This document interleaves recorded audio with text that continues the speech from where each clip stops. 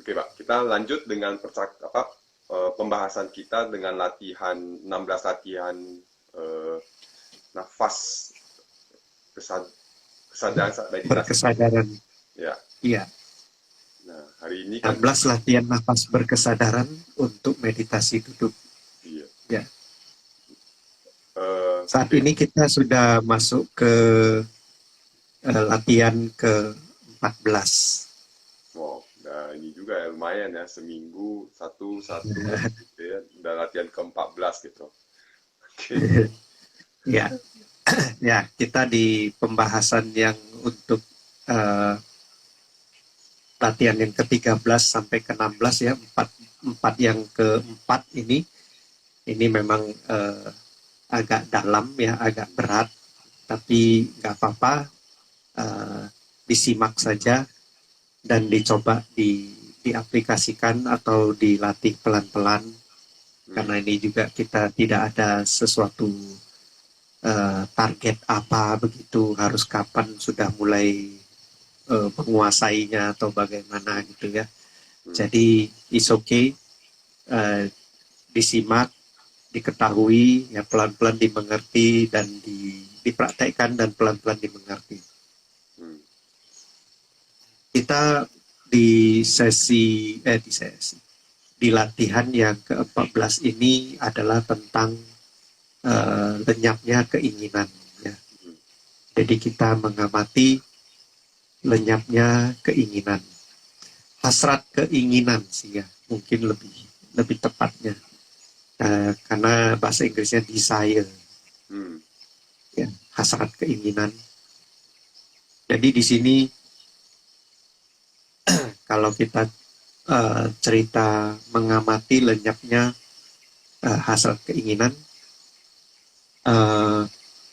di sini dimaksud adalah pertama, banyak dari kita ya manusia, kita punya banyak keinginan, hasrat keinginan, pengen ini, pengen itu, ya, pengen dan biasanya yang pengennya itu karena menganggap dengan mempunyai itu atau mencapai itu kita akan mendapatkan kebahagiaan. Nah, itulah yang menyebabkan kita pengen punya ini, pengen punya itu, pengen mencapai ini, pengen mencapai itu.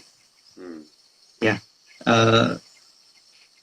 jadi bagi yang mungkin misalnya masih sekolah ya misalnya,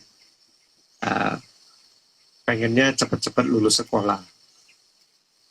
Ngomong-ngomong sekolah, dulunya yang sekolah terus, harus tiap hari pergi sekolah.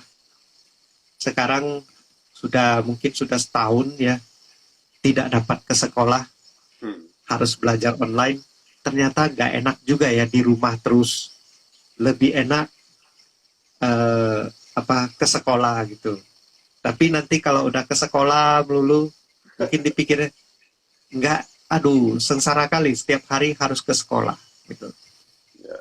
Yang udah sekolah belum lulus sekolah, mau cepat-cepat lulus sekolah, mungkin mikirnya lebih enak kuliah. Kalau kuliah itu begini begitu, pasti adalah yang dia dengar ya. Kalau kuliah itu lebih enak karena dosennya Anda dengar nggak dengar dia cuek aja dan sebagainya, itu kita mungkin pernah dengar seperti begitu. Lalu nanti kalau udah kuliah, keinginannya udah beda lagi. Kayaknya lebih enak kalau misalnya sudah punya pekerjaan dan seterusnya. Nanti udah punya pekerjaan, pengen punya kendaraan. Kalau udah punya kendaraan roda 2 mau punya roda 4. Yang punya roda 4 nanti mau punya yang lebih mewah mobilnya, mau punya rumah, mau punya pacar ya, mau yang sudah punya pacar merasa kayaknya kalau udah menikah itu lebih enak. Yang sudah menikah kayaknya mau cerai aja, kayaknya kalau saya udah cerai lebih bahagia begitu ya. Itulah kita ya. Jadi itulah kita punya keinginan demi keinginan, keinginan demi keinginan gitu. Yang memang ujung-ujungnya kita hanya mengira dengan mendapatkan keinginan kita itu kita akan bahagia. Nah, tapi di sini jangan disalahartikan bahwa saya mengajari bahwa Anda jangan punya keinginan gitu, bukan. Ya, punya keinginan, punya target, punya cita-cita, ya silakan saja. Tapi hiduplah di sini dan sekarang, ya, bukan hidup di angan-angan masa depan yang kalau nanti saya sudah capai sesuatu tersebut baru saya bahagia gitu. Ya bahagianya boleh dari sekarang gitu.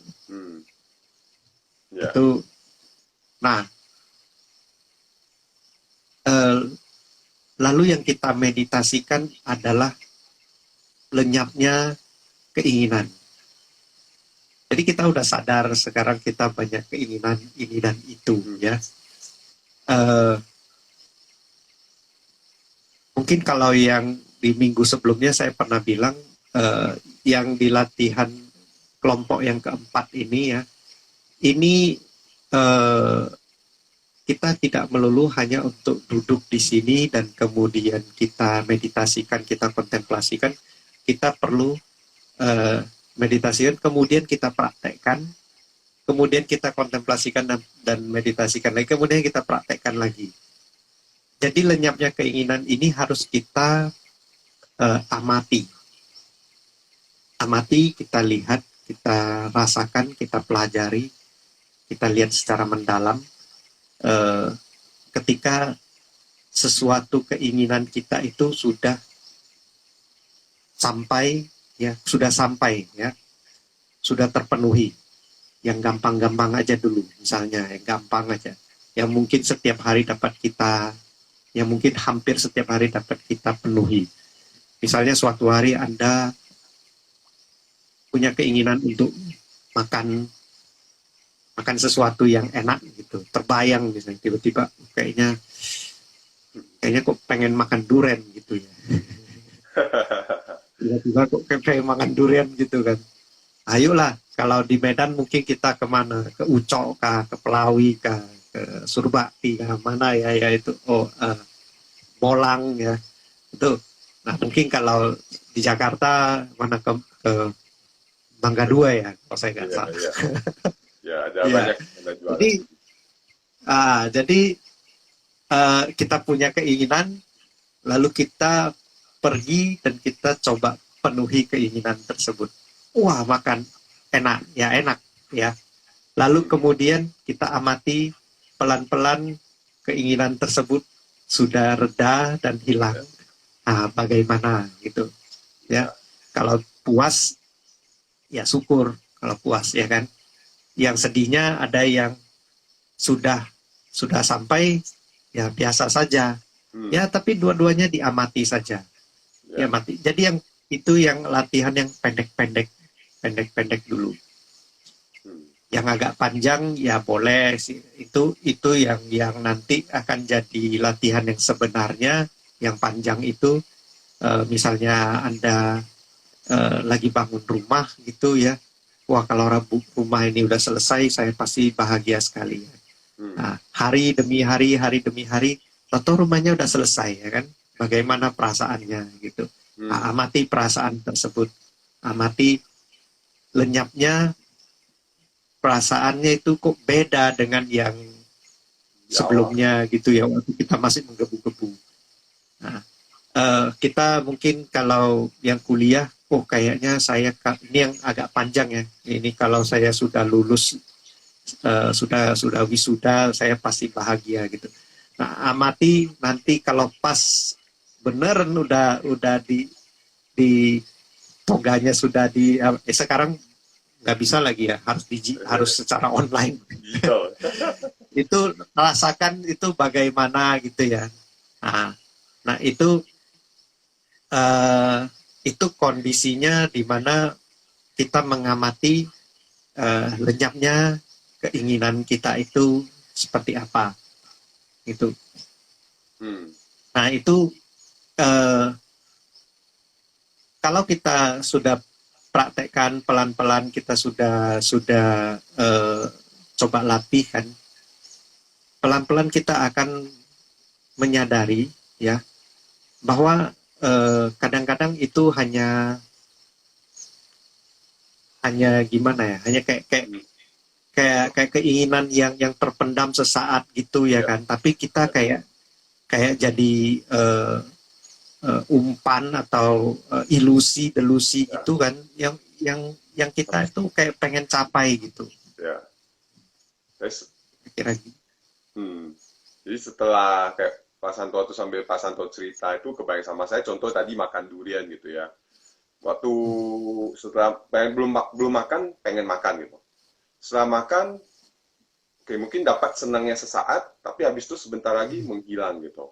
Nah, itu kadang kalau waktu Pak Santo tadi cerita, kebayang sama saya, seakan kalau misalnya saya nggak waspada, itu yang dapat membuat saya jadi seperti apa ya, kecanduan atau ketagihan gitu. Artinya, pengen lagi, tiba-tiba pengen lagi. Hanya berusaha memuaskan rasa sesaat itu gitu ya Pak. Kalau kita tidak waspada dan mengamati lenyapnya itu gitu ya. Benar. Ada lagi satu fenomena itu begini. Kita misalnya pernah, saya kasih contoh makan durian atau melakukan sesuatu yang exciting gitu ya, yang kayak memicu adrenalin begitu kan. Nah, lalu itu kita jadi seakan-akan nanti ya, kalau kita sudah terpenuhi itu, kita mau lagi sekali lagi, kecanduan tadi, mau lagi sekali lagi, dan itu kadang-kadang kita sampai mau lebih lagi gitu. Begitu juga dengan makan, kok kayaknya mau lebih lagi. Selalu ini. Jadi sudah kecanduan, dan kecanduannya terus berlipat, bertambah terus. Nah, itu yang harus kita ya kalau dalam kehidupan ya kita harus hati-hati ya, kita betul waspada, kita mengendalikan diri. Tapi kalau kita dalam meditasi, kita amati kenapa saya begini, kenapa ada perasaan seperti ini. Kemudian saya tambahkan sedikit lagi, ini ada kita dapat korelasikan juga dengan latihan yang sebelumnya, yang latihan ke-13, ketidakkekalan. Nah, kalau kita sudah benar-benar melihat dan menyadari secara mendalam ketidakkekalan ini, ya, kita sudah meditasikan, kita sudah latih, maka kita akan juga menyadari bahwa keinginan kita ini juga tidak kekal. Kita tahu kita sekarang mau, belum tentu nanti kita sudah dapat, kita masih mau. Perasaan yang kita sekarang mau, belum tentu nanti sudah dapat, itu perasaannya masih sama. Karena tidak kekal, itu tidak persis selalu seperti begini. Dia berubah terus. Sampai di saatnya itu, tiba-tiba sudah nggak mau lagi. Kayaknya ada sesuatu yang lebih mau gitu ya. Nah, ini juga, ini fenomena ketidakkekalan ini ya ada hubungannya juga dengan keinginan kita ini. Oke. Ya. Jadi sebenarnya menarik, artinya dengan kita belajar mengamati, bukan ya benar tadi kata Pak Santo bahwa bukan berarti kita tidak boleh ada keinginan ya, bukan berarti kita tidak boleh ada keinginan, cuman perlu waspada karena banyak orang yang stres karena keinginan gitu. Dia ingin tapi malah bawaannya jadi stres, tertekan atau bahkan panik karena keinginannya tersebut gitu, pengen dipenuhi atau malah jadi beban, malah jadi ya misalnya dalam pekerjaan gitu ya kan, ada yang mau capai target tertentu gitu, tapi di satu sisi dia malah jadi beban gitu. Nah, berarti apakah pada saat itu saya sebaiknya adalah benar-benar sadari keinginan, lalu kemudian jangan melekat atau tapi ya jangan melekat, kemudian menyadari bahwa atau gimana ya Pak? Maksudnya untuk misalnya saya teman-teman yang misalkan bekerja nih, dia punya target, dia punya sesuatu yang dia perlu capai kan Pak, gitu. Nah, Hmm. prosesnya kita tahu kan itu sesuatu yang di masa depan, keinginan itu berarti sesuatu yang di masa depan belum terjadi kan, gitu. Ya, Nah, iya. tapi kadang-kadang Hmm. udah hidup dengan keinginan tersebut, tapi malah jadi beban gitu. Apakah dia di saat bersamaan itu dia perlu belajar untuk melepaskannya terlebih dahulu atau gimana gitu Pak? Oke. Eh, itu tadi kata-katanya sudah pas sekali ya. Kita jadi hidup di masa depan gitu. Hmm. Eh, jadi kita jadi kayak mengabaikan ya kita hidup yang di saat ini sekarang ini gitu. Hmm. Jadi uh, mungkin ada kata kuncinya yang begini yang mungkin sering kita dengar ya. Bersakit-sakit dahulu, Hmm. bersenang-senang kemudian gitu. Ya. Nah, ini mungkin saya mau mengusulkan untuk mengubah sedikit peribahasa ini ya. Hmm. Saya kira nggak perlulah kita itu bersakit-sakit dahulu, bersenang-senang kemudian. Ya, tetap senang dan bahagia saat ini dan tetap senang bahagia di waktu yang akan datang. Ya. Kita perlu belajar seperti itu. Hmm. Ya, maka kalau tadi misal kita ada target, kita ingin mencapai sesuatu ya, dan kalau pikiran kita ini selalu ada di itu ya kan, itu pelan-pelan itu kan akan membuat kita makin khawatir dan makin khawatir, makin gelisah ya, dapat capai apa tidak, dapat terjadi apa tidak begitu, dan apalagi kalau kita lalu mengartikan bahwa kalau saya sudah dapat itu, kalau saya sudah punya itu, saya baru bahagia. Hmm. Itu jadi dengan peribahasa tadi nggak apa-apa, saya sekarang susah dulu nggak apa-apa, nanti saya sudah dapat itu, saya akan bahagia. Itu. Ah, itu dia. Jadi ini yang perlu kita renungkan ya, kita coba melihat lebih mendalam. Jangan sampai seperti itu. Kita coba tetap bahagia juga di saat ini, gitu. Dengan kondisi yang ada, tanpa dengan syarat kalau sudah dapat atau mencapai itu. Kalau kita dapat dan mencapai itu, kita bahagia, tentu. Ya. Tapi mungkin dia kurang lebih ya Pak. Dia kurang lebih seperti yang tadi Pak Wahyudi cerita bahwa saya makan duriannya, wah saya enak sekali ya kan. Tapi bahagianya sesaat. Iya. Gitu. Ya, bahagianya sesaat aja. Jadi kalau kita meletakkan bahagia kita itu di masa depannya seperti begitu caranya ya kan, bersakit-sakit dahulunya itu mungkin 99%, lalu 1%-nya bahagia. Lalu 99% lagi harus kita lalui lagi begitu loh. Nah, dengan kita mengamati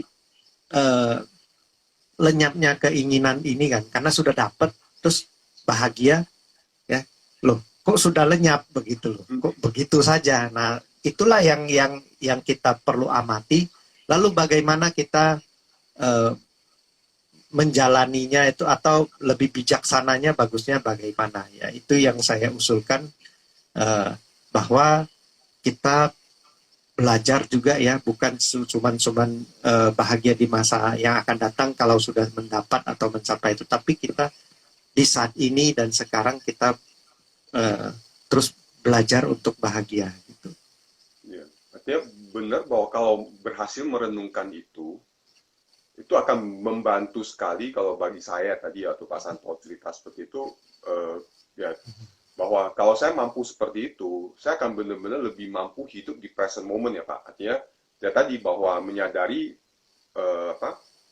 ya tadi ya, penggunaan kata itu menarik sekali. Jadi kalau sebenarnya saya melekat di masa depan begitu tercapai, ya dengan merenungkan bahwa itu nanti akan menghilang, keinginan tersebut akan menghilang, menyadari prosesnya, ya kan, menyadari proses lenyapnya keinginan tersebut atau kebahagiaan sesaat itu, gitu ya. Nah, kalau saya tidak waspada dan saya tidak merenungkan hal ini, yang terjadi adalah saya akan lama-lama merasa hidup ini kok hampa. Hidup ini kok begini aja gitu ya, Benar sekali, ya benar sekali. kok seperti itu gitu. Jadi, nah kalau tidak mengamati itu akan terjadi sebuah kondisi yang tadi kan kayak kok begini, akhirnya malah tadi yang jadinya pergi minum-minum atau pergi kemana supaya untuk mendapatkan Hmm, menstimulus rasa-rasa itu ya, terus gitu benar, ya. Gitu. benar sekali Pak. Itu sudah contoh yang sangat sangat bagus sekali. Dan hidup yang kita seperti hidup semu ya, benar Hmm, sekali. Nah, eh, kenapa kita dapat rasakan itu? Karena sepanjang waktu kita ini, kita hidupnya itu di mikirin yang masa depan. Jadi hidup kita bukan di sini dan sekarang hmm, ya, hmm, tapi di masa depan itu. Jadi kayak kosong kita sekarang ini kayak gak ada artinya, hmm, kayak kosong begitu. hmm, Nah, dan itu jadi kalau kita lakukan itu terus lama-lama kan jadi kebiasaan kita jadi ya itu seperti ya memanglah begitulah hidup saya hmm, itu dan oke, eh, kita terjebak loh jadi terjebak gitu ya hmm, hmm, hmm, ini kan boleh boleh kayak eh, kita kita ada kena pandemi seperti saat ini ya ini kan sesuatu yang unik juga ya karena ini secara global terjadi bukan di satu daerah saja eh, yang mana eh, secara kita tidak sadari banyak banyak habit kita itu berubah karena ini karena hmm, pandemi ini ya kan dan kita eh, mengurangi keluar kah memilih bertemu orang kah ya dan sebagainya itu belum tentu deh karena ini sudah lama udah hampir setahun atau udah setahun begini kan hmm, itu udah bisa jadi kebiasaan kita itu udah jelas jadi bagian dari kebiasaan kita belum tentu nanti kalau misalnya itu sudah semua udah sebagian besar orang sudah divaksin kita akan dengan gampang balik lagi ke ya, sebelumnya mungkin tidak akan seperti itu ya, benar, jadi kalau kita ini tadi selalu terbiasa hidup kalau kembali ke topik kita sudah sekian lama terbiasa hidup dalam kondisi tadi ya semu begitu ya eh, lalu kita kita dapat yang kita mau itu kita bahagia sesaat itu kita rasa ya kosong gitu karena kita hmm, nggak pernah mengisi hari demi hari kita ini ya, eh, kita biasakan yang hidup yang senang bahagia seperti itu hmm, malah kita oke nggak apa-apa saya susah sekarang nggak apa-apa gitu hmm, oke, mungkin kalau saya tambahkan sedikit kayak gini lah mungkin orang bertanya ya nggak apa-apa kan misalnya saya lagi menabung saya mau beli sesuatu dan kalau saya dapat beli sesuatu itu saya akan bahagia oke nggak apa-apa kita dapat sesuatu itu misalnya saya bilang saya mau beli sepeda motor aja deh gitu deh saya mau beli sepeda motor saya akan lebih bahagia kalau saya punya sepeda motor kenapa ya saya mau kemana-mana lebih gampang ya belum lagi yang masih jomblo ya mudah-mudahan bisa dapat pasangan kan gitu kan. Harus ada modal sedikit katanya. Terus karena saya sekarang kerja, uangku juga pas-pasan, ya saya makan yang hemat-hemat, ya makan cuma sekedar mie instan atau pokoknya yang sehemat mungkin. Ya nggak apa-apa. Saya lalu kalau dia mulai berpikir dengan cara nggak apa-apa, saya sengsara dulu hanya makan mie instan, hanya makan makanan yang murah-murah aja, makan di warung yang semurah mungkin gitu.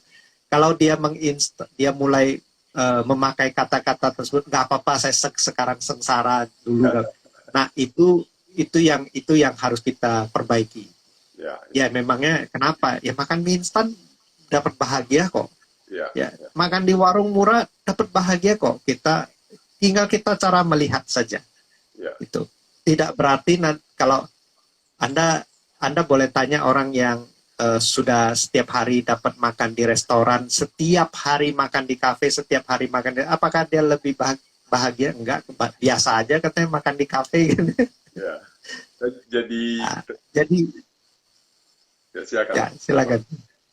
Enggak. Jadi teringat ini apa kata-kata Jim Carrey ya. Waktu itu pernah baca ya quote-nya dia yang dia Hmm. mengatakan bahwa banyak orang pengen terkenal dan kaya raya gitu. Terus dia bilang, coba Hmm. kalau mereka sudah di sana, lihat masih pengen nggak? Dia bilang kayak gitu. Benar sekali. Ya, benar sekali. Kita tidak ada di posisi itu, kita kan tidak tahu merasakannya seperti apa. Kita cuma lihat enaknya Ya. seperti gitu ya. Hmm. Nah, jadi walaupun Anda sekarang dalam kondisi sedang berjuang, memperjuangkan sesuatu ya, harus tiap hari hemat-hemat ya, nggak banyak pengeluaran. Tapi itu tidak perlu diartikan saat ini bersusah-susah dulu. Ya.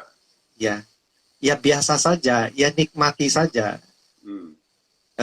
Malahan saya pernah nyelutuk sama temen karena waktu itu kita lagi ke Jakarta, terus kemudian rame-rame malam-malam makan itu nasi goreng tek-tek, Ah, ya, ya. malah nyari nasi goreng tek-tek lah gitu kan. Jadi saya nyelutuk sama kawan, saya bilang gini, kita nikmati saja habis, karena mereka gini, ini Santo ini kok doyan kali ini sama nasi goreng tek-tek katanya. Saya Ya. bilang nikmati saja selagi kita masih dapat menikmati nasi goreng tek-tek. Besok kalau udah jadi konglomerat, udah apa namanya, udah gengsi duduk di pinggir jalan. Ya kan, sekarang emang kenapa ya, nikmati saja gitu loh, nikmati saja dengan kondisi yang demikian gitu Hmm. ya. Tidak berarti kondisi yang demikian, nah kita makan nasi goreng tek-tek di pinggir jalan, mie ayam yang di pinggir jalan, itu kita kurang bahagia. Enggak, ya Ya. bahagia juga. Hmm. Jadi sebenarnya di sini ya Pak, saya tadi kira waktu Pak Santo cerita kayak gitu, cerita seperti itu bahwa kita perlu mampu menikmati, perlu mampu untuk ya di momen saat ini, ya. Jadi karena gini, dia teringat sama saya latihan, saya lupa urutannya, latihan yang menyadari ketidaknyamanan dan kemudian mengenerate kasih sayang ya atau apa gitu ya. Latihan kayak ke yang empat toh. Ya kan? Jadi artinya pada saat kita menyadari lenyapnya keinginan, ada kemungkinan tidak nyaman dong Pak. Ada kemungkinan seperti itu kan. Pada saat menyadari keinginan itu mulai lenyap nih. Wah, loginya ada kemungkinan yang muncul ada kok mulai kok hilang ya, kok hampa ya, kok apa ya gitu. Nah, berarti ada ketidaknyamanan di tubuh. Berarti di sini saya perlu belajar kembali Oke, ke latihan yang ke situ nggak sih Pak? Seperti itu. ya boleh. Tapi memang latihannya yang ini, kalau kita merasakan ketidaknyamanannya itu, ya itu bagian dari prosesnya. Oke. Itu bagian dari prosesnya. Jadi justru memang kita perlu mengamati eh, pas ketidaknyamanannya itu ya, pas kok begini saja ya, kok biasa saja ya gitu ya. Nah, itu yang perlu kita amati. Lalu kalau kita duduk meditasi lagi, kita kontemplasikan kenapa demikian ya. Kok udah capai pun kok saya masih punya keinginan lain lagi. Nanti saya punya keinginan lain lagi. Keinginan itu dapat pun saya masih punya keinginan lain lagi. Ya, Hmm. itu yang kita renungkan, kita kontemplasikan, kita meditasikan gitu. Oke. Oke. Oke. Siap. Dan karena nanti kalau kita sudah semakin kita sadari itu ya, kita amati itu, uh, kita akan semakin bijaksana terhadap keinginan kita ini gitu loh. Dan kita semakin tidak tertekan oleh keinginan-keinginan kita, hasrat-hasrat kita seperti itu. Maka di sini saya dari awal menekankan, ini bukan kita mengajari untuk menghilangkan, ya, menghilangkan. Jadi kita cuma mengamati lenyapnya keinginan. Dia lenyap, dia saat lenyapnya ya, dan mungkin kita juga nanti akan lebih bijaksana dalam memilih keinginan-keinginan kita, karena kita sudah tahu, oh ya, memang begini-begini saja gitu loh. Ya. Nah, Akhirnya kita akan mampu memunculkan atau mau sebuah keinginan yang lebih bermanfaat, yang lebih sesuatu yang lebih penting gitu ya. Tadi jadi nggak, benar kata Pak Santo tadi, nggak nggak hanya sekedar Hmm. asal ingin gitu, tapi akhirnya dengan kita makin Hmm. menyadari ini, kita makin bijak, jadi akhirnya kita akan lebih tahu, oh lebih baik ya sebaiknya ya keinginannya yang seperti ini gitu, karena ini, jadi lebih ada apa ya, alasan yang lebih kuat gitu, karena sudah apa, lebih Hmm. bijak lah ya dalam memilih keinginan itu sendiri gitu. Benar, benar Pak. Luar biasa nih topik hari ini, makin menarik sekali.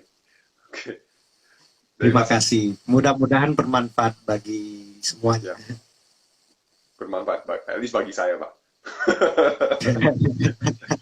Ya, oke, dari Pak Santo ada lagi Pak yang Oke, Bu Sri? mungkin saya kira itu aja kita Oke, untuk pagi ini ya. ya. Terima kasih Pak Wahyudi. Terima kasih Pak Santo, terima kasih Bu Sri untuk bimbingannya. Terima kasih. Baik, kita eh, selesaikan, kita akhiri sesi kita pagi ini dengan mendengar 3 bunyi genta. Terima kasih juga Bu Hong ya.